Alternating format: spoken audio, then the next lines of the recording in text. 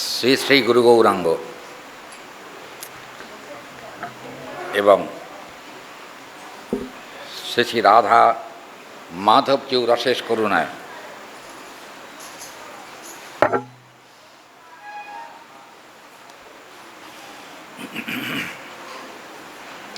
শ্রী ঊর্জব্রত বা নিয়ম সেবা উপলক্ষে প্রতিদিনের ন্যায় আজও আমরা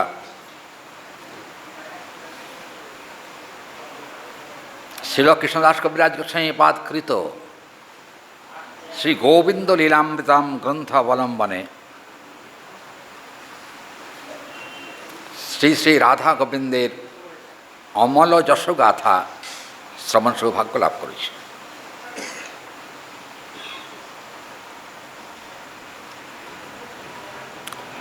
গোবিন্দ বিশ্রামে আছেন।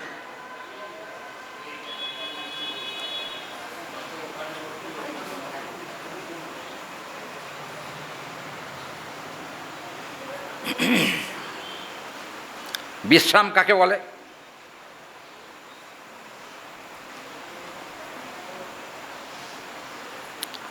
বিগত শ্রম বিশ্রাম,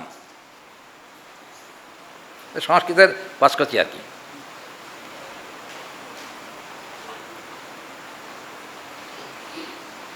শ্রম যেখানে বিগত হয়েছে তাকে বলা হয় বিশ্রাম।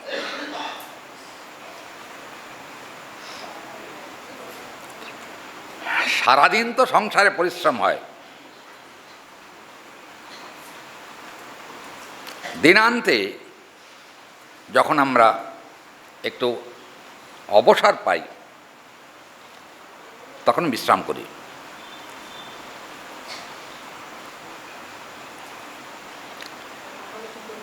ভগবানের ক্ষেত্রে কিন্তু তা নয়। ভগবানের ক্ষেত্রে বৈশিষ্ট্য হল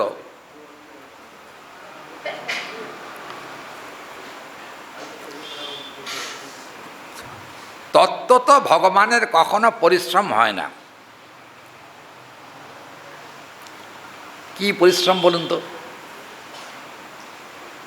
প্রত্যেকটা দপ্তর তো আলাদা আলাদা ভাগ করা আছে, গোবিন্দের ভাগ করা আছে না? দেখবেন ওই যে মন্ত্রী পরিষদ যখন তৈরি হয় তখন কিন্তু দপ্তর ভাগ করে দেওয়া হয়। কেন? মুখ্যমন্ত্রী যাতে চাপ কম থাকে, তাই তো? কথাটা তো এরকমই। আরে তোমাদের কি আছে সে পরের কথা। আচ্ছা, কিন্তু মুখ্যমন্ত্রী যেমন ইচ্ছা করলে যে কোনো দপ্তর নিজের কাছে নিতে পারেন, এ আইন আছে।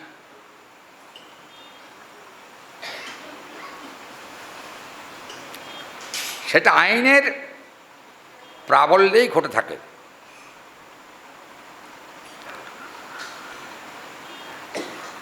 কিন্তু ভগবত রাজ্যের আইনটা একটু আলাদা। সৃষ্টিকর্তাকে ব্রহ্মা তো। ব্রহ্মার মাথা কয়টা? চারটে মাথা। কে বলল?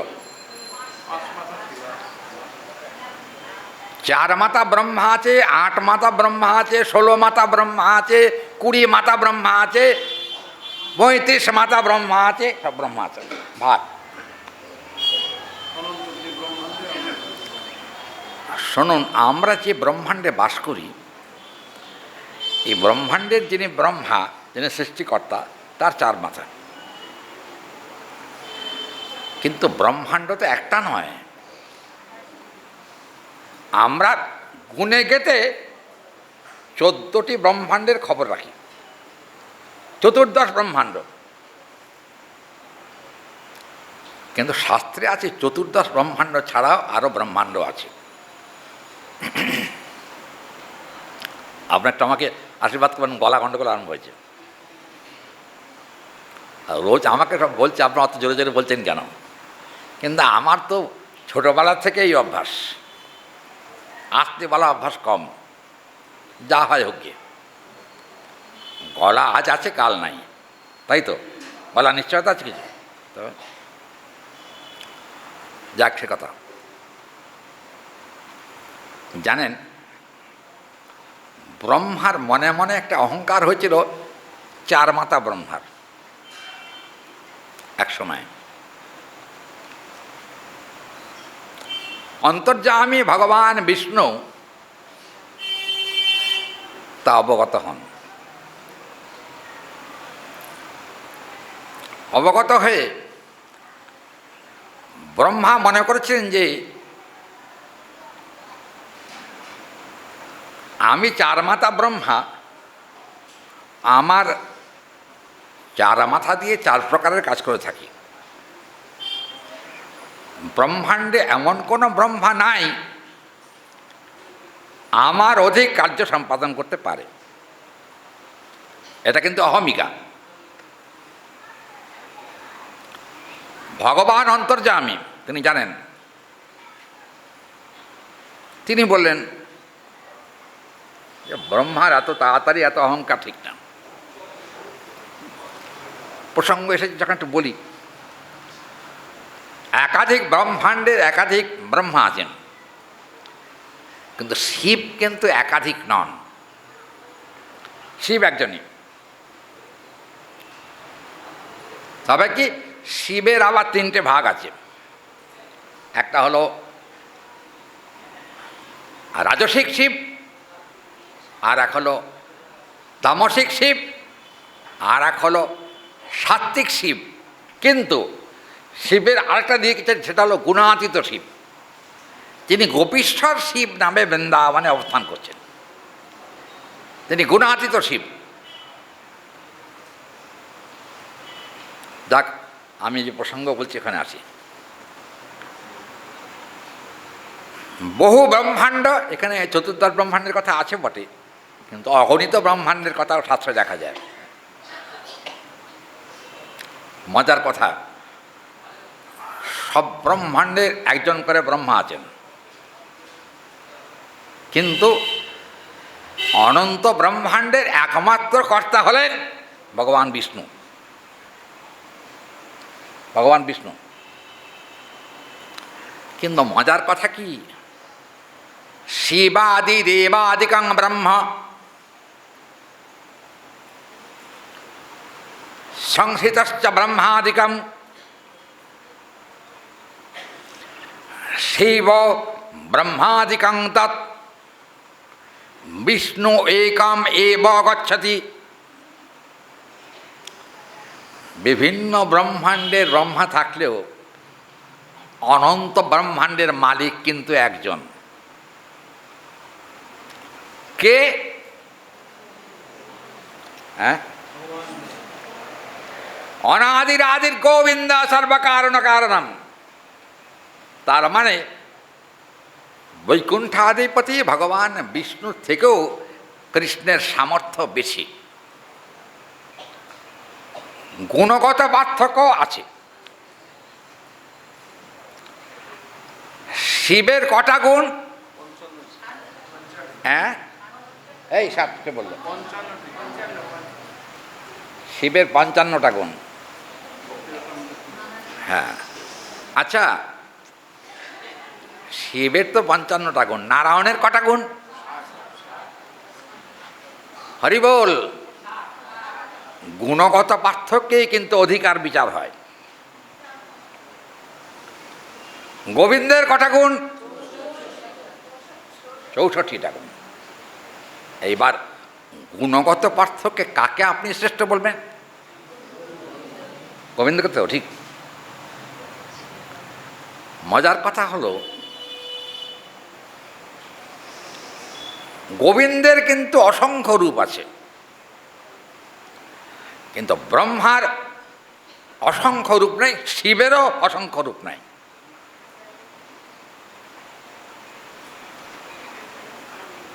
ব্রহ্মার ভেদ আছে, কথা সত্য। মাথাগুলো আলাদা আলাদা, বেদজ্ঞ ব্রহ্মা, ভক্তিজ্ঞ ব্রহ্মা, এসব আলাদা আলাদা আছে। স্বস্তিকাভি সমন্বিতমেব ব্রহ্ময়া সমাধিসৎ, এসব কথা বৃহন্নারদী পুরাণে আছে। কিন্তু কথা হলো, আমি ব্রহ্মা শিবের কাছে যাব না, আমার উদ্দেশ্য রাধারানী আর কৃষ্ণ। একটা কথা বলি প্রসঙ্গত, আপনারা গোপাল তাপনী উপনিষদ পড়েছেন কি না জানি না, এখানে যদি কেউ থাকেন তাহলে ব্যাপারটা বুঝবেন।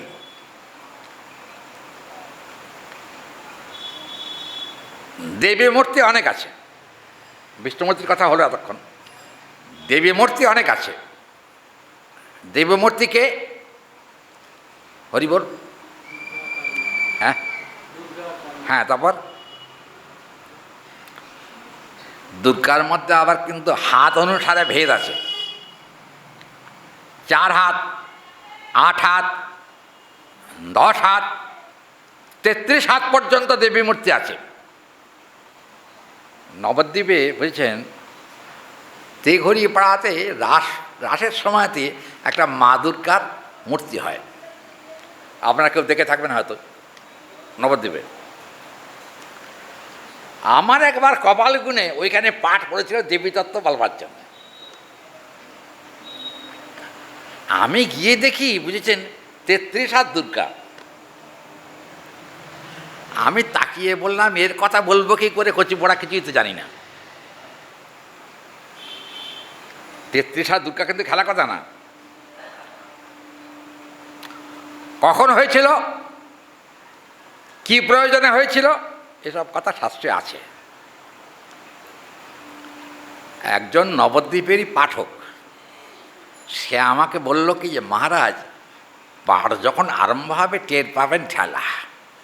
মানে কেন, কি হচ্ছে, নবদ্বীপে সব তাবড় তাবড় পাঠকরা হলো এখানকার শ্রোতা। একটু হিসাব করে কথা বলবেন, ঠিক আছে? আমার ধরুন, আমার তো, আমি 8 বছর বয়স থেকে পাঠ করি। এখন তখন আমার বেশি বয়স নয়, আমার বয়স তখন মাত্র 18 বছর। সেই সময় গেছি ওখানে পাঠ করতে, কী বা বুঝি আর কতটুকুই বা বুঝি 33 হাত দুর্গা। এখন আমি পাঠ করতে করতে 33 হাত দুর্গাকে প্রণাম মন্ত্র একটা পেয়েছিলাম একটা গ্রন্থে, সেইটা মুখস্থ করে গিয়েছিলাম। ওই মন্ত্রেরই ব্যাখ্যা করলাম ওখানে একটা শ্লোক। হলো কি,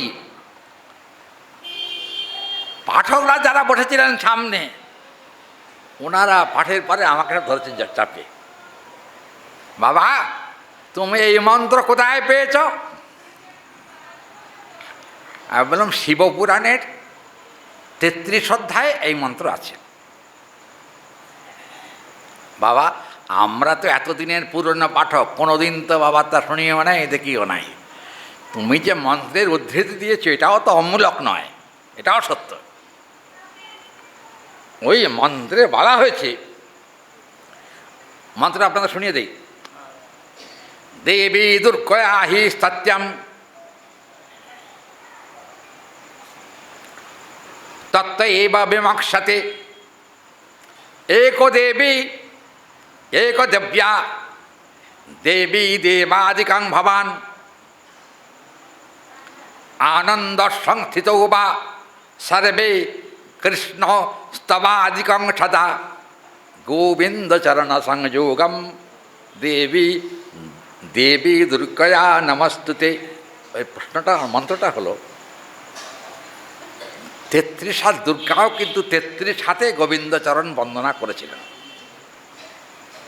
কোথায়? দ্বারকালীলায়। দ্বারকালীলায় একদা ভগবান কৃষ্ণ, মাগো কথা বলবেন না, চুপচাপ বসে পড়ুন। দ্বারকালীলায় ভগবান কৃষ্ণ রুক্মিণী, সত্যভামা, জাম্ববতী এদের সঙ্গে অবস্থান করছিলেন। অবস্থান করতে করতে হঠাৎ দাঁড়িয়ে সে গোবিন্দকে বললেন, প্রভু কি কি হচ্ছে? শিব এসেছেন আপনার সঙ্গে সাক্ষাৎ করতে, সম্মান দিয়ে তাকে নিয়ে এসো। প্রভু আরেকটা কথা বলে, কি? আরেকটা ঠাকুর এসছে, কোনোদিন জন্মে দেখি নাই। কি ঠাকুর? মা দুর্গা এসেছে, কিন্তু মা দুর্গা বলে মনে হয় না, হাত হলো 33টা। কি হবে? দুজনকে একসঙ্গে ডাকো। আপনারা ব্রহ্মাণ্ড পুরাণ দেখবেন, ধৃতি উপনিষদ বলে একটি উপনিষদ আছে, ধৃতি উপনিষদ, সেখানেও কিন্তু এই কথা বলা হয়েছে। আমি বাবা অশাস্ত্রীয় কথা বলছি না। এখন কৃষ্ণ চিন্তিত হলেন, দুর্গাকে তো 10টা হাতে দেওয়া হয়েছিল, 33 হাত দুর্গা, আবার সঙ্গে শিব আছেন, এ তো দুর্গা ছাড়া আর কেউ নন, কেন এ হয় না কখনো? আচ্ছা ঠিক আছে, আসুক। তারপরে দাঁড়িদের বললেন যে ওদের দুজনকেই অভ্যর্থনা করে নিয়ে এসো। দাঁড়িরা তাঁদেরকে যথোপযুক্ত সম্মান প্রদর্শন করে এলেন। এসে ভগবান কি করেন জানেন? ভগবান যে সিংহাসনে বসেছিলেন, দুর্গাকে আর শিবকে দেখে ভগবান সিংহাসন থেকে উঠে তাদেরও হাত জোড় করে অভ্যর্থনা করলেন। এটা কি করে হলো? শিবার ব্রহ্মা এসে কৃষ্ণকে প্রণাম জানালেন, কৃষ্ণও কিন্তু প্রতি প্রণাম করলেন। কেন? এটা বৈষ্ণব ধর্মের রীতি। প্রণাম করলে কিন্তু প্রতি প্রণাম করতে হয়, এটা বিধান। একজন বৈষ্ণব যদি কাউকে প্রণাম করে, তাহলে যাকে প্রণাম করছেন তারও কিন্তু আর কিছু হোক না হোক হাত জোড় করে হলে একবার প্রণাম করা উচিত। তখন বলছেন কৃষ্ণ, দ্বারকাধীশ কৃষ্ণ জিজ্ঞেস করছেন শিবকে, তুমি সঙ্গে কাকে করে নিয়ে এসছো? তখন বলে না, আমার ঘরণী। তো তোমার ঘরণীর এইরূপ কোত্থেকে হলো? কবে হলো এরূপ? প্রেমানন্দ বিভোর হয়ে গেলেন সবাই, মনে মনে ভাবলেন এমন ভাগ্য আর কবে হবে, প্রত্যেকে আমরা একসঙ্গে গোবিন্দকে স্বামী রূপে পেয়েছি। সে আনন্দের কিন্তু সীমা নাই। তখন প্রত্যেকেই কিন্তু গোবিন্দের সঙ্গে মালা বদল করলেন। এই বিভূতিটার নাম হলো বিলাস বিভূতি। একে বলা হয়, আপনারা ভক্তির সমৃত সিন্ধু গ্রন্থ দেখবেন, বিলাস বিভূতি নামে একটি বিভূতি আছে। সেই বিভূতির প্রভাবেই ভগবান কিন্তু নিজে এতগুলো মূর্তি ধারণ করে এতগুলো রমণীর পানি গ্রহণ করেছেন। আচ্ছা, কিন্তু ব্রজলীলাটা একটু আলাদা। ব্রজলীলাতে রাসেই একমাত্র বিভূতি প্রকাশিত হয়েছিল, রাস। হ্যাঁ, বিলাস বিভূতি না, তা না, মাধুর্য বিভূতি। দেখুন, ওখানেও কিন্তু ঐশ্বর্য প্রকটিত। অনেকে বলেন কৃষ্ণের নাকি ব্রজলীলাতে কোনো ঐশ্বর্য নাই। অনেক পাঠকরাও সেই কথা বলে থাকেন। আমি এসব কথার প্রতিবাদ করি। প্রতিবাদ করা যাবে না? বৃন্দাবন লীলায় কৃষ্ণ কতগুলো অসুরকে মেরেছেন, এগুলো কিন্তু বিভূতি। যতগুলো অসুরকে মেরেছেন সেখানে কিন্তু তার শক্তি প্রয়োগ করেছেন। আচ্ছা চিন্তা করুন, বিভূতি নাকি? কৃষ্ণলীলায় কিন্তু অমিত বিভূতির অধিকারী ছিলেন, এ কথা চোখটা খুলে সবাইকে দেখিয়ে দিয়েছেন। হ্যাঁ, প্রয়োজন করে যদি মাধুর্যকে প্রকট করতে হয়, ঐশ্বর্যকে পদদলিত করে তারপরে মাধুর্যকে প্রকট করতে হয়। এটা হলো বৈশিষ্ট্য। ঐশ্বর্য নিয়ে কখনো মাধুর্যের আস্বাদন হয় না। দুটো এক হবে না, কখনো একসঙ্গে কখনো দুটো হবে না। এত অসুর এসছে বৃন্দাবনে গোবিন্দকে মারবার জন্যে, সবকটাই কিন্তু কংস প্রেরিত অসুর। কংসই পাঠিয়েছেন, কিন্তু কংসের কাছে কিন্তু অসুরের ঝুলিও ফুরিয়ে গেছিল। কি, কংসবধের আগে কিন্তু কংস বেশ চিন্তিত হয়েছিলেন,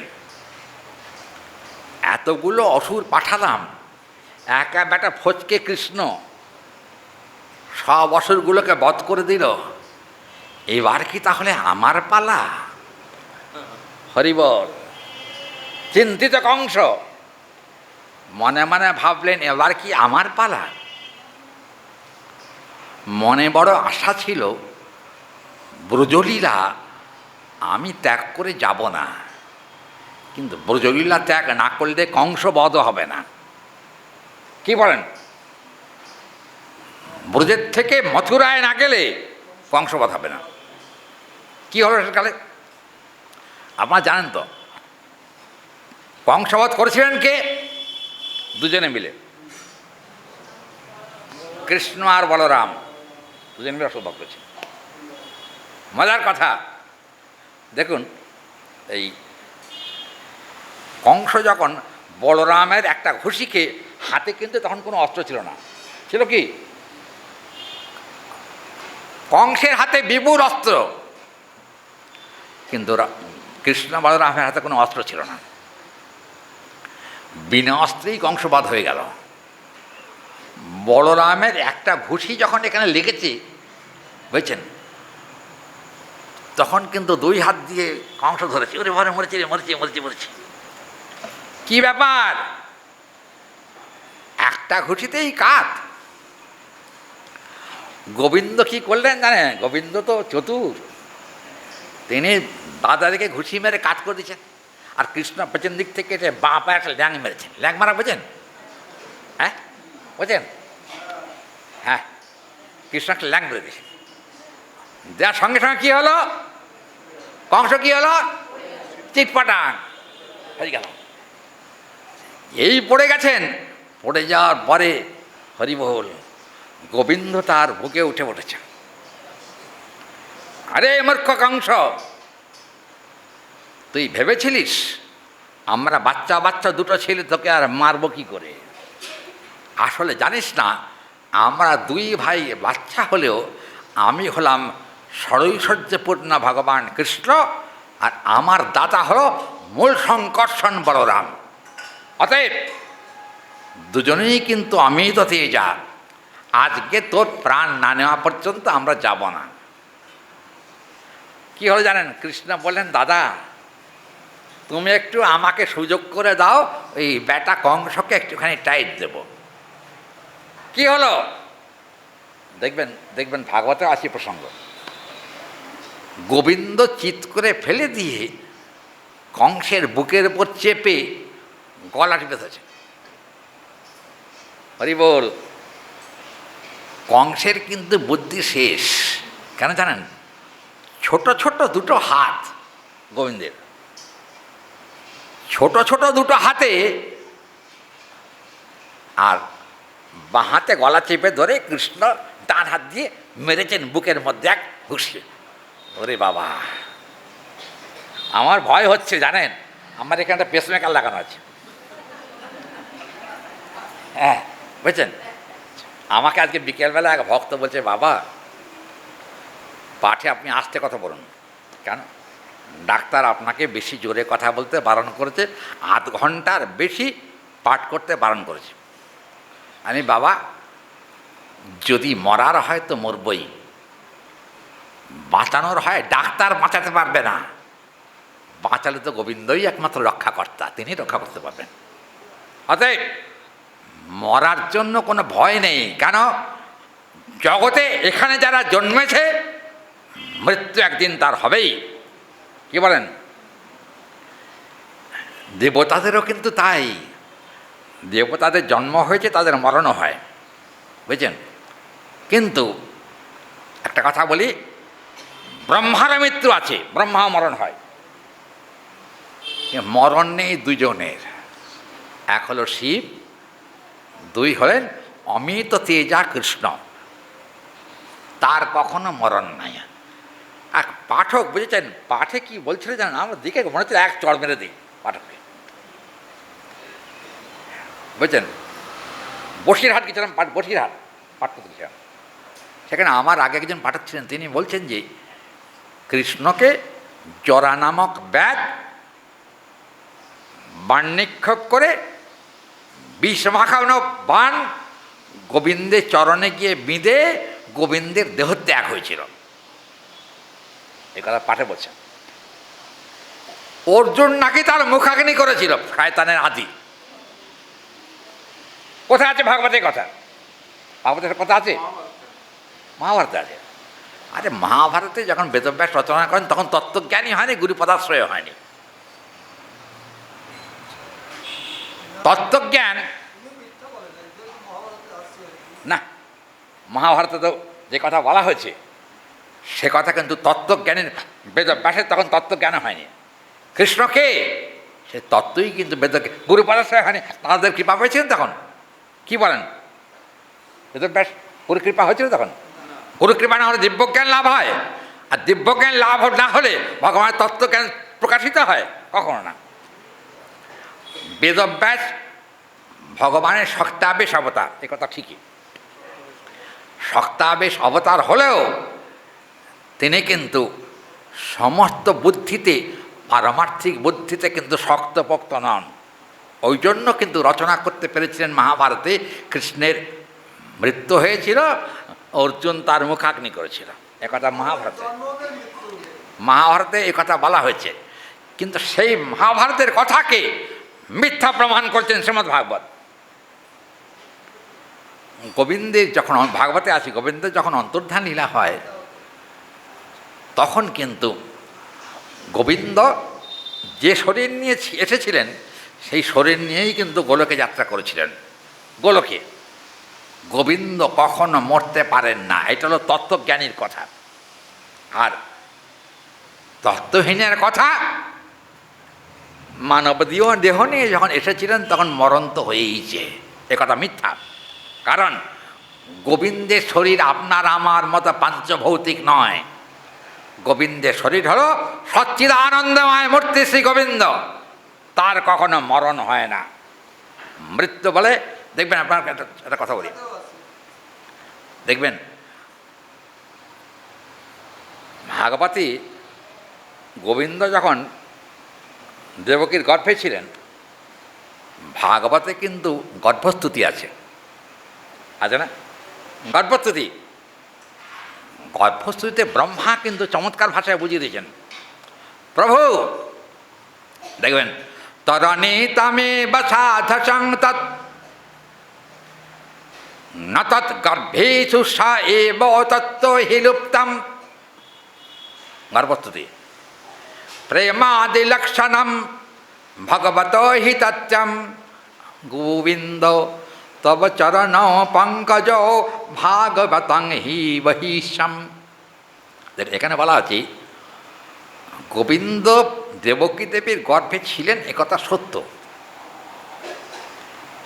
কিন্তু আচ্ছা আপনারা বলুন তো, কংসের কারক যদি এখানকার কোনো মানুষ, এই পাঞ্চভৌতিক দেহধারী কোনো মানুষের জন্ম হয়, জন্মের সঙ্গে সঙ্গে ঐশ্বর্য প্রকাশ হয় কি? হয়। কৃষ্ণ কী করছেন? কংসের কারাগারে যখন জন্মগ্রহণ করেন দেবকীর গর্ভের থেকে, বলুন কার মনে আছে? হ্যাঁ, শঙ্খ চক্র গদা দুধায়ুধম আছে না ভাগবতে? একটা এতটুকু শিশু সবেমাত্র মাতৃগর্ভের থেকে বাইরে পড়েছে, তার আবার 4টে হাত হয় কি করে? শুধু 4টে হাত নয়, অস্ত্র শস্ত্র নিয়েই তিনি এসেছিলেন। তার জন্য দেখবেন তারপরেই যখন দেবকী দেবী আর বসুদেব প্রার্থনা করছিলেন, প্রভু কংস যদি টের পায় তাহলে কিন্তু সর্বনাশ উপস্থিত হবে, তুমি বাবা 4 হাত ছেড়ে, অস্ত্রশস্ত্র ছেড়ে প্রাকৃত শিশুর মতোই থাকো। দেখবেন ভাগবতে আছে বভূব প্রাকৃত শিশু। বসুদেব দেবকীর প্রার্থনায় ভগবান কিন্তু প্রাকৃত শিশুর মতো দেবকীর কোলে হাসতে হাসতে মায়ের মুখের দিকে তাকিয়ে আছেন। কি হরি বল! ভগবানের জন্ম আর আমাদের জন্ম কিন্তু এক নয়। জন্মকর্ম চামে দিব্যামে বাংজা ব্যক্তি তত্ত্বতা, গীতার কথা। ভগবানের জন্ম আর কর্ম দুটোই দিব্য, জীবের সঙ্গে তার সামঞ্জস্য কখনো হতে পারে না। তাই কৃষ্ণকে 2 হাত দেখা গেলেও অনন্ত ঐশ্বর্য তার মধ্যে ছিল, এতে কোনো সংশয়ের কারণ নাই। ওই জন্য গোবিন্দ শুয়ে আছেন, বিশ্রাম করছেন। আমার গ্রন্থের আলোচ্য প্রসঙ্গ, বিশ্রাম করছেন। বিশ্রাম করতে করতে দেখছেন রাধারানী উঠেছেন কিনা। সর্বত্র যা হয় এই গ্রন্থে কিন্তু তার উল্টো করে বলা আছে। অন্যান্য গ্রন্থে রাধারানী আগে জাগরণ হয়, তারপর গোবিন্দের জাগরণ হয়। এই গ্রন্থে কিন্তু গোবিন্দের আগে জাগরণ হয়েছে, পরে রাধারানীকে গোবিন্দ জাগিয়েছেন। এই গ্রন্থে সে কথা বলা আছে। দেখুন, হরি বল, ঘুমাচ্ছেন নাকি? বাবা, আমি আজ চিৎকার করছি, আপনারা ঘুমালে কিন্তু আমার আর চিৎকার হবে না। না না, আমি বাবা সুন্দর কথা বলতে পারি না, আপনাদের যা হয় আপনাদের কৃপাতে হয়, আর কিছু না। আচ্ছা দেখুন, মূলষ্ঠ কী বলছেন, এইটা অসুবিধা। নিদ্রাং হি অহি বিহিতানি নিকুঞ্জ সজ্জম বাসং হি প্রদাহি তৎ মানবৌতা প্রজাহি কান্তং বোধয়ো চ বোধয়ম লোকুলজ্জয়ম কালোচিতং কৃতীতং এব কৃতমন্নয়তি কৃষ্ণমপি নিদ্রয়া প্রিয় প্রিয় গোপাদিকং গূঢ়ম কান্তা উপনিদ্রায়াম তত্র প্রগূঢ়স্তথা তস্মাদ প্রয়াত প্রভাত কালমেব মকলমা নেথং তুমেতমেব তম তথা হি শশঙ্কুঃ। এখানে বলছেন গোবিন্দ কপট নিদ্রা, কালকেও বলেছি, আজকে গোবিন্দের জাগরণ হবে মনে হচ্ছে, বুঝছেন? হ্যাঁ, গোবিন্দের কপট নিদ্রা। রাধারানী কিন্তু আগে কপট নিদ্রা ছিল না। দেখবেন ঘুম পাবার সময় হাই ওঠে, তাই না? ঘুম পাবার সময় হাই ওঠে না? আবার জাগরণের সঙ্গে সঙ্গে হাই ওঠে, হয় না? ডাক্তার বলতে পারবে কেন হাই ওঠে, সে কথা আমি বলতে পারবো না। কি জাগরণে হাই ওঠে কেন? তাই ও ডাক্তারবাবু বলছেন যে অক্সিজেন একটু বেশি দরকার, তাই হাই তুলে অক্সিজেনটা নিয়ে নেয়, তাই তো? বাবা, এদের কাছেও শিক্ষার আছে। আচ্ছা, আরে বাবা, আমি তো মূর্খ লোক, কথা বুঝি না। আচ্ছা শুনুন, গোবিন্দ জেগে গেছেন কিন্তু চোখ খোলেন নাই, রাধারানী জাগেনও নাই, চোখও খোলেন নাই। কিন্তু এখানে একটা চমৎকার শব্দ প্রয়োগ হয়েছে, প্রগৃহ্যমানৈ রাধিকয়ান্তম প্রফুল্লম। দেখবেন ঘুমাচ্ছেন কিন্তু প্রফুল্লতা আছে। প্রফুল্লতা মানে আনন্দ। কোথায় শুয়েছি? নিকুঞ্জে। কার কাছে শুয়েছি? হরি বল। হ্যাঁ, অনন্ত কোটি ব্রহ্মাণ্ডের অধীশ্বরের কাছে শায়িত আছি। সত্যি কি রাধারানী গোবিন্দকে তখন অনন্ত কোটি ব্রহ্মাণ্ডের অধীশ্বর মনে করেছেন? না। ব্রজলীল, দেখুন গ্রন্থের কথা, আমি টিকা বলছি, ব্রজলীল সমুৎপন্না, আমার টিকাই ভালো লাগে বেশি, বুঝছেন? ব্রজলীলা সমুৎপন্নয়া সরস সমৃদ্ধমেব সংস্থিত বা গোবিন্দ রাধিকয়া জাগরয়তি। এখানে বলছেন যে গোবিন্দ আর রাধারানী যেখানে শায়িত আছেন, এটা মাধুর্যমণ্ডিত স্থান। কুঞ্জ তো মাধুর্যমণ্ডিত স্থান হয়। কিন্তু আমার একটা প্রশ্ন আছে গ্রন্থকর্তার কাছে। গ্রন্থকর্তা এক জায়গায় বলেছেন যে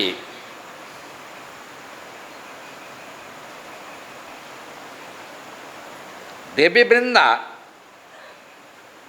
তিনি দেখছেন কুঞ্জের জানালা দিয়ে দেখছেন। সত্যি সত্যি ওদের ঘুম ভেঙেছে কিনা, এত ডাকাটাকি হয়েছে। তারপরে যে কুঞ্জের কি জানালা হয়? হরি বল, কুঞ্জের জানালা হয়? এখানে গবাক্ষ শব্দের উল্লেখ আছে। না না না, ওটা না। গবাক্ষ মানে জানালা। এখানে বলে জানালা দিয়ে দেখছেন যে গোবিন্দ একটু নড়াচড়া করছেন, মানে জেগে গেছেন। কিন্তু রাধারানীর অপেক্ষায় আছেন গোবিন্দ। দেখি রাধারানী জাগেন কি না। এখানে কিন্তু জিম্ভন শব্দের উল্লেখ আছে। জিম্ভন মানে কি? জিম্ভন মানে কি? কার জানা আছে?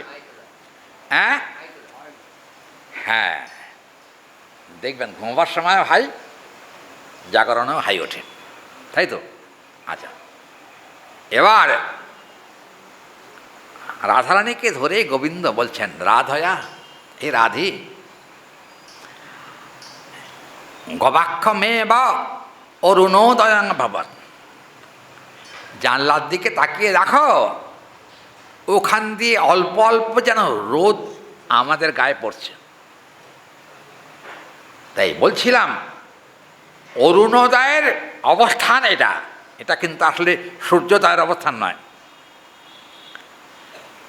দেখবেন সূর্যোদয়ের থেকে অরুণোদয় কিন্তু সুন্দর, কি ঠিক না?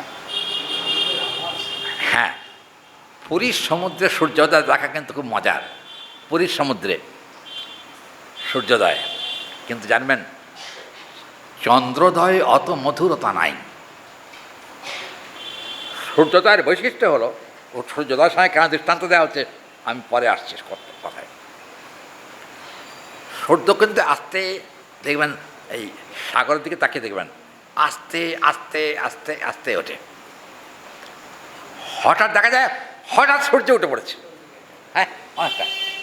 এটা কিন্তু পুরীর সমুদ্রে গেলে দেখা যায়, অন্যত্র খুব একটা দেখা যায় না।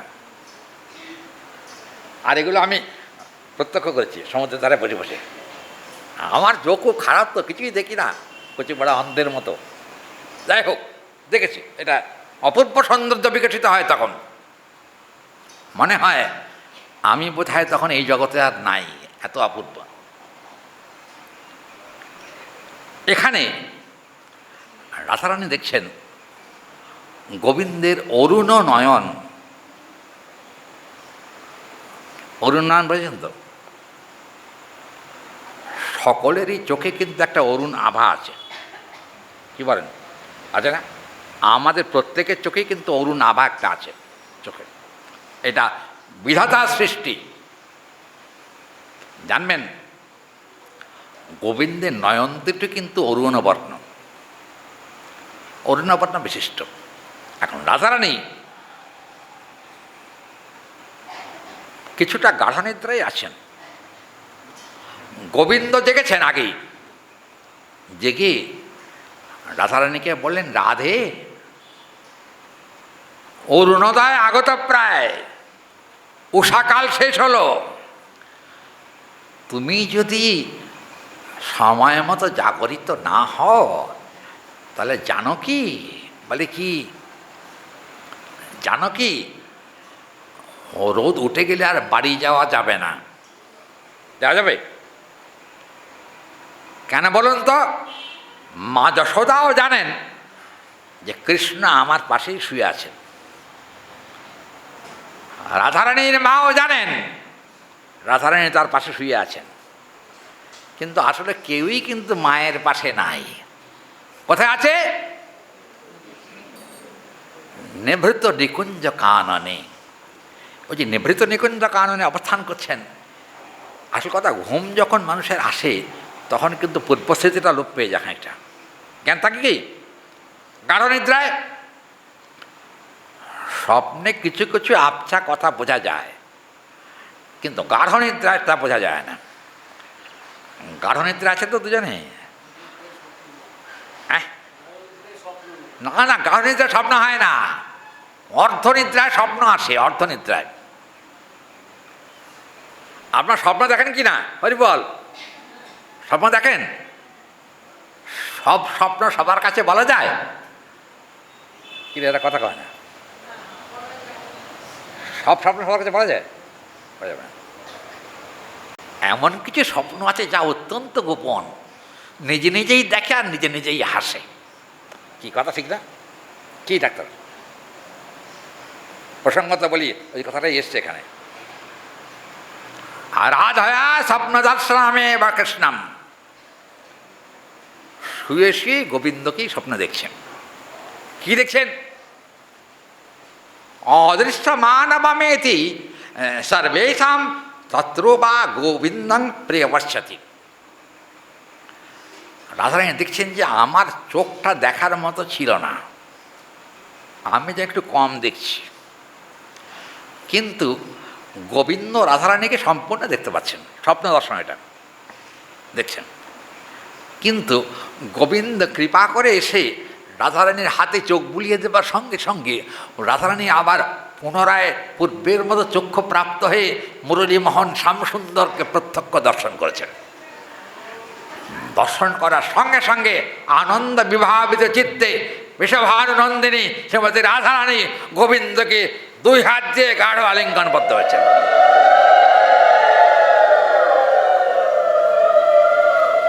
গ্রন্থের কথা কত যে মধুর, কত যে মিষ্টি কথা বলা আছে এখানে, তা ভাষা দিয়ে শেষ করা যাবে না।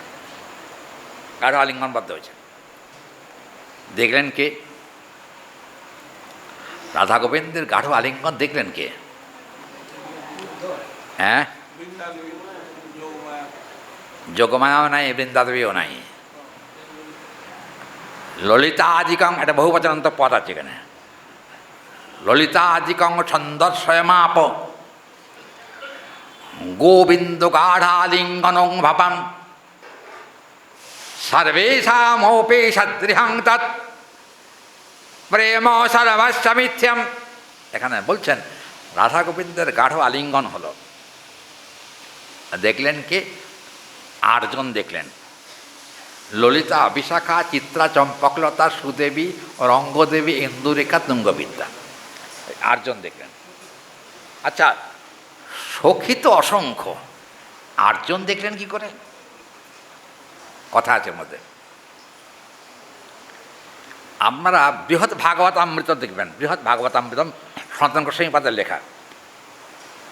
বৃহৎ ভাগবতামৃতে আছে সকলের চোখ সমান নয়, বুঝছেন? সখীদের মধ্যে 4টে বিভাগ আছে। আজকে সেগুলো বলবো না, কটা বাজে? ওমা, হ্যাঁ যাচ্ছা, শুনুন। সখীদের মধ্যে 4টে বিভাগ আছে। সুযোগ পেলে কালকে বলবো। ভাগবতে রাষ্ট্রপঞ্চাধ্যায়ে এসব কথা বলা আছে, এই গ্রন্থে সেটা নাই। কালকে বলবো। এই যে গোপীগণ 8জন দেখেছেন, সেতে রাসের কথা আছে।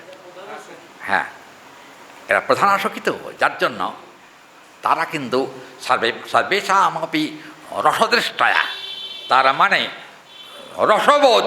এই 8জনে যতটা আছে, 100 কোটি গোপীর রসবোধ কিন্তু ততোধিক ছিল না, বুঝছেন? এত গোপী, প্রত্যেকে রসবোধ সমান নয়। তাহলে কিন্তু রাধারানী আর সখীরা সব এক হয়ে যেত। হ্যাঁ, একটা কথা বলি, অষ্টসখীর সঙ্গে অন্য সখীর তুলনা করা যাবে না। আবার রাধারানীর সঙ্গেও কিন্তু অষ্টসখীর তুলনা করা যাবে না। এখানে বলা হয়েছে যে, একটু ছোট্ট করে টিকার আস্বাদন করে নিই। টিকাকার বলছেন যে, স্বনিয়মেন্দ্রত কৃষ্ণ অনিদ্রমপি সজাগ্রত ভব প্রিয়জনস্যম আলিঙ্গনম সকল্পনামেব প্রিয়মেব ব্যথান্তে। আর অথবা প্রথাকান্তেন প্রমুখামেব প্রকটিতম ততোপা মথাসু শশাক কীদৃশম অনয়াত ক্রীড়াদু ব্যর্থতাম। এখানে টিকাকারের কথা। টিকা একটুখানি বলে নিলাম মাঝখানে, না টিকাকারকেও অসম্মান করা হয়। দেখুন, টিকাকার বলছেন রাধারানী এবং গোবিন্দের আলিঙ্গন হচ্ছে গাঢ় আলিঙ্গন, কিন্তু ললিতা আদি সখীগণ তা কিন্তু দর্শন পেয়েছেন। তাতে কিন্তু ললিতাদি সখীগণের কোনো টিকাকার, ললিতাদি সখীগণের কোনো হিংসা উৎপন্ন হয় নাই। এখানকার আমার অপরাধ দেবেন না, ইহ জগতের মায়েরা কিন্তু হিংসায় ভেতরে গজগজ করে না? কি মায়েরা, আমি কি ভুল কথা বলেছি? হ্যাঁ, হিংসা থাকে না? এক বাড়িতে যদি দুজন স্ত্রী থাকে, হরি বল, কি কয়? দুজন স্ত্রী হলে কি হয়? কি কয় তাকে বলে?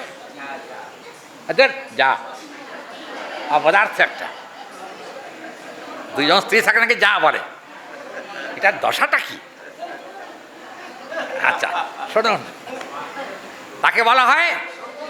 হ্যাঁ, কিন্তু একটা কথা বলি, ব্রজলীলা এমন এক মাধুর্য মণ্ডিত লীলা, যেখানে কিন্তু এতগুলো প্রেয়সী গোবিন্দের থাকলেও কারোর সঙ্গে কারোর কোনো হিংসা ছিল না। পরন্তু রাধারানীর সঙ্গে গোবিন্দকে মিলিত করবার জন্য প্রত্যেক গোপীগণের কিন্তু একটা পূর্ণ প্রচেষ্টা ছিল। হিংসা সেখানে কখনো কাজ করে না। একটা কথা বলতেই হয়, বিপক্ষিয়া সখীকে ওনার কিন্তু একটু কুটকুটনি স্বভাব ছিল, বুঝছেন? যদিও বা তিনি মথুরা লীলার মহিষী, কিন্তু কুটকুটনি সব কি জানেন? রাধারানীর সঙ্গে গোবিন্দের বিহার দেখলে উনি একটুখানি হিংসা মানে কি জ্বলে যেত, সোজা বাংলা কথা। হিংসা শুধু বলবা কেন, অবশ্য হিংসাতেই ভেতর জ্বলে, বুঝছেন না? হ্যাঁ, আমি এটা জানি। বিশেষ রূপে জানেন, বসিরহাটে সেবার গেছিলাম পাঠ করতে 203-এর বাড়ি, বুঝছেন? আমার ভাগ্যে কপালে বোধহয় এগুলোই বোধহয় জুটে যায় নাকি। 203-এর বাড়িতে পাঠ করতে গেছি, কিন্তু অদ্ভুত জানেন, 203-এ কিন্তু কোনো গণ্ডগোল নাই, একই স্বামী, 203 কিন্তু একই জায়গাতে থাকে, কিন্তু কোনোদিন নাকি শুনেছি কোনোদিন কোনো গণ্ডগোল হয়নি, কোনো ঝগড়াও হয়নি, কোনো অশান্তিও হয়নি।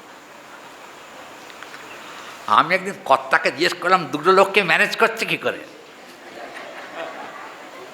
হ্যাঁ, কী ব্যাপার? বললেন, দেখুন আমাকে খুব খাটতে হয়, প্রচুর পরিশ্রম করতে হয় দুটোকে এক জায়গায় আনতে। একটা কথা বলি, একজনের জন্মদিনের জনকেই শাড়ি দিতে হয়, পুজোর সময় দুটো 4টে শাড়ি দিতে হয়, তাতেও শান্তি নাই। তারপরে বলেন, দেখুন মেয়েদের কথা আর কি বলবো, গেছি তো 203 বাড়ি, আমাকে 203 আমার কাছে প্রণাম করতে। আর একটা মজার ব্যাপার দেখেছি আমি, প্রণাম যখন করবা 203 একসঙ্গে প্রণাম করবে। আমি তাদের স্বামীকে জিজ্ঞেস করলাম যে আচ্ছা, এই 203-কে এসব ট্রেনিং দিল কে? বলে আমি ট্রেনিং দিয়েছি। আমরা কিন্তু থাকি এক জায়গাতেই, দুজনে 3 জনে একসঙ্গে থাকি, পৃথক কোনো সজ্জা নাই। আনন্দ দুজনে যে দুজনেরটা একসঙ্গে মেনে নিচ্ছে, এর থেকে আনন্দের আর কিছু নাই। নারী জাতের হিংসা কিন্তু প্রতি পদে পদে। কথা ঠিক না? ভুল কথা কি? মায়েরা আপনারা বলুন না, ভুল বলেছে কি? মানে আমি এও দেখেছি জানেন, এই 2 বোন, আর এটা আমি দেখেছি সোদপুরে, 2 বোন 2 ভাইয়ের কাছে বিয়ে হয়েছে, বুঝলেন? দেখুন, বোনের হয়েও শান্তি নেই। এক বোনের অর্থ বেশি, এক বোনের অর্থ কম।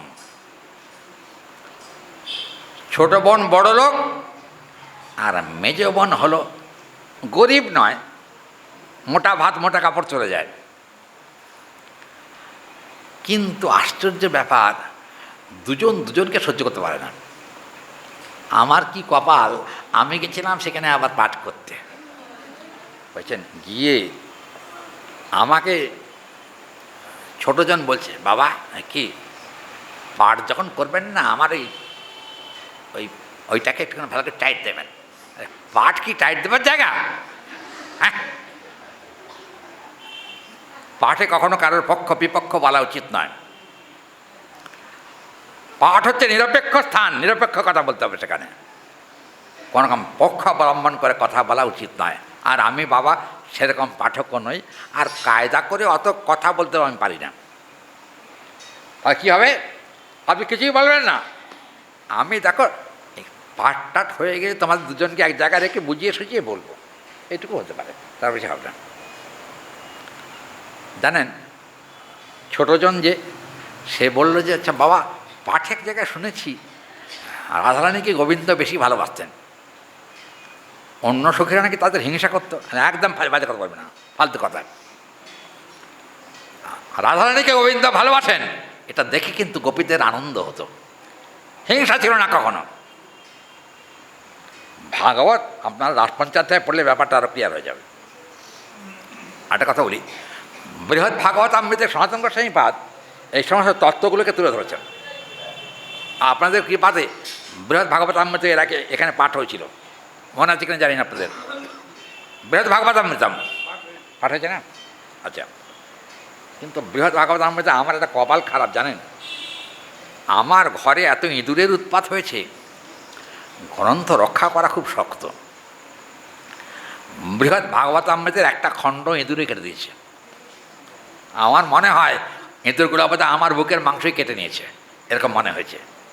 একটা গ্রন্থ, মূল্যবান গ্রন্থ, আজকাল কিন্তু এসব গ্রন্থ নাই, কিন্তু সৌভাগ্যক্রমে এসব গ্রন্থের সান্নিধ্য পেয়েছি, তো তাতে আমার মনে হয় যে বাবা জীবনে এর থেকে আনন্দ আর কিছু নাই, এই গ্রন্থের সান্নিধ্য পাওয়া। যাই হোক, আমরা যে কথা শুনছিলাম, কথাটা হলো যে গোবিন্দ সাহিত্য আছেন এ কথা সত্য, কিন্তু কপট। যোগমায়া এবং বৃন্দা দুজনে মিলে কুঞ্জের গবাক্ষর দ্বারাতে দেখলেন। এখানে গবাক্ষ, একটু আগে যে কথা বলছিলাম, গবাক্ষ মানে জানালা, এ কথা সত্য, কিন্তু গবাক্ষে কোনো লোহার গরাদ নাই। সেই জানালায় কি আছে? সেখানে শুধু লতা পাতা দিয়েই জানালা তৈরি হয়েছে, লতা পাতা। সেই জানালা দিয়ে যোগমায়া চোখ মেলে তাকিয়ে নিদ্রিত রাধারানী, গোবিন্দ জেগে গেছেন। তারপরে রাধারানীকে জাগাবার জন্য গোবিন্দের একটা চেষ্টা। কি করলেন? রাধারানী ঘুমিয়েছেন,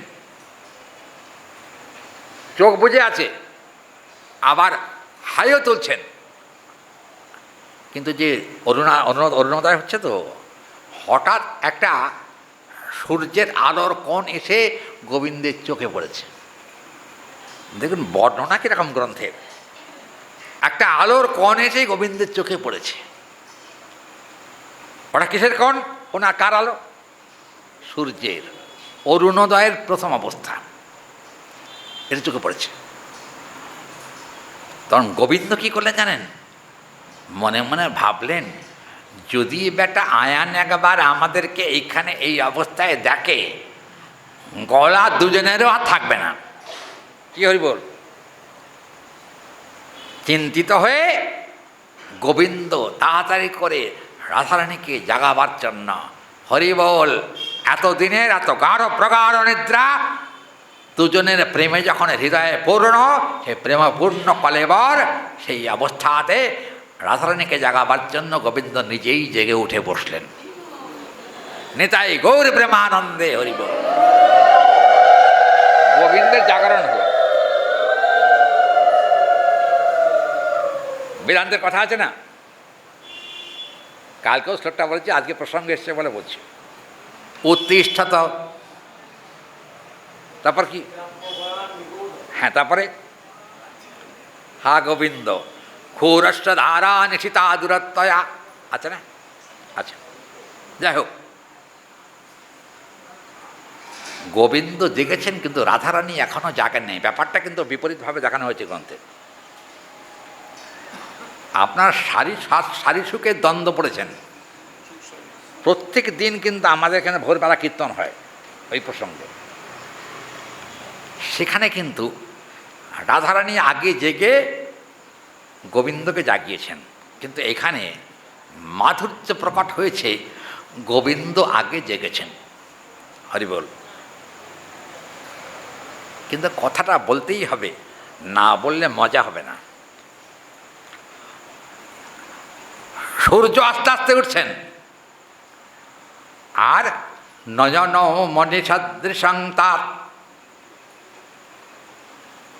দৃশঞ্চ পরিত্যাগমোপিহ নয়নোদয়মপি জাগ্রতং হি ভবান্তন দয়সূর্যম উদয়ামপি। কি বলা হলো? দয়সূর্যম। গোবিন্দের নয়ন দুটি দেখে মনে হলো যেন দুটো সূর্য একসঙ্গে উদিত হয়েছে। বোঝা গেল? গোবিন্দের নয়ন। হ্যাঁ, চৈতন্য চরিতামৃতে অনুরূপ কথা কিন্তু বলা আছে। কৃষ্ণকে কৃষ্ণ সূর্য সম, আচ্ছা, মায়া অন্ধকার, যাহা কৃষ্ণ তাহা নাহি মায়ার অধিকার। সূর্য যখন ওঠে সেখানে যেমন আর অন্ধকার থাকে না, গোবিন্দের চোখ দুটো উন্মিলন যেখানে হয়, প্রকটিত যেখানে হয়, সেখানে কিন্তু মায়ার প্রভাব আর থাকতে পারে না। দেখবেন গীতাতেও আছে, গতিগুলো বলা হচ্ছে গীতায়। সত্যগুণের গতি, রজগুণের গতি আর তমগুণের গতি, তিনটে গতি বলা হচ্ছে। কিন্তু গীতার মজার কথা হলো গুণাতীত গতির কথা গীতায় নাই, ওটা ভাগবতে আছে। ঊর্ধ্বে গচ্ছন্তি সত্যস্থা গীতা, মধ্যে তিষ্ঠন্তি রাজসা, জঘন্য গুণবৃত্তিস্থা অধগচ্ছন্তি তামসা। আছে না? কি যারা পুণ্যকর্ম করে তারা কোথায় যায়? ঊর্ধ্বলোকে। মধ্যে তিষ্ঠন্তি রাজসা, রজগুণ সম্পন্ন ব্যক্তি তারা কিন্তু মধ্যবর্তী স্থানে অবস্থান করে। তমগুণী ব্যক্তি যারা, তারা কিন্তু আসলে নিম্ন স্তরের, নিচের দিকেই থাকে। কিন্তু এ কথা গীতায় কোনো জায়গায় বলা হয়নি। অবশ্য সপ্তদশ অধ্যায় এবং অষ্টাদশ অধ্যায়ে তার ইঙ্গিত দেওয়া আছে। আজকে বলতে পারবো না, 7:30 বেজে গেছে, তাই না? হ্যাঁ, 7:30 বাজেনি? হ্যাঁ, 7:31 গেছে সব বনাস। আপনাদের সময় বেশি খেয়ে ফেললাম, কিছু মনে করবেন না। প্রসঙ্গ এসছে তো এই জন্য বলতে বাধ্য হচ্ছি। আচ্ছা, এখানে কিন্তু গুণাতীত ভূমিকার কথা গীতাতে তেমন বলা হয়নি। গীতা শ্রদ্ধাত্রায় বিভাগ যোগ আছে না, সপ্তদশ অধ্যায়। মোক্ষযোগ হলো মজার কথা, প্রেমযোগ বলে কোনো কথা গীতায় নাই। আছে, কিন্তু প্রেমযোগ কোথায় আছে? ভাগবতে আছে। ভাগবতে প্রেমযোগের কথা আছে। এই যে প্রেমযোগের কথা আছে, এই কথাগুলো আজকে বললে তো সময় চলে যাবে অনেকটা। যদি সুযোগ পাই, আপনাদের যদি কৃপা হয়, আগামীকাল বলবার ইচ্ছা রেখে, আজকে এক ভক্ত পাঠ দিয়েছেন, বুঝলেন? হরি বল। তিনি এখানে বসে আছেন, আমাদের শম্ভুবাবু, উনি এই যে পাঠ দিয়েছেন। উনি একা দেননি, ওনার স্ত্রীও দিয়েছেন, দুজনে আছেন। আমি ওই জন্য ডায়েরিতে লিখেছি। কী লিখেছি তুমি দেখেছো তো? শম্ভু তুলসী, তাই লিখে দেবে, তাই লেখা আছে। যাই হোক, আর পাঠ দিয়েছেন। আজকে আপনারা পাঠের পরে পুষ্পান্ন প্রসাদ পেয়ে যাবেন, কিন্তু ভুলে যাবেন না, বসে যেন পাবেন না, হাতে হাতে। হ্যাঁ, এটা বলা থাকলো। না, শুধু পুষ্পান্ন না, আছে, তার সঙ্গে আছে আরও আলুর দম আছে, দমদম, এতে কোনো সন্দেহ নেই। যাই হোক, আপনারা প্রসাদ গ্রহণ করে যাবেন। এটা বলা থাকলে আগামীকাল কিন্তু বলবো পরের শ্লোকটি, এবং তা অত্যন্ত আস্বাদনীয় শ্লোক। আজকে আর তার মধ্যে যাচ্ছি না।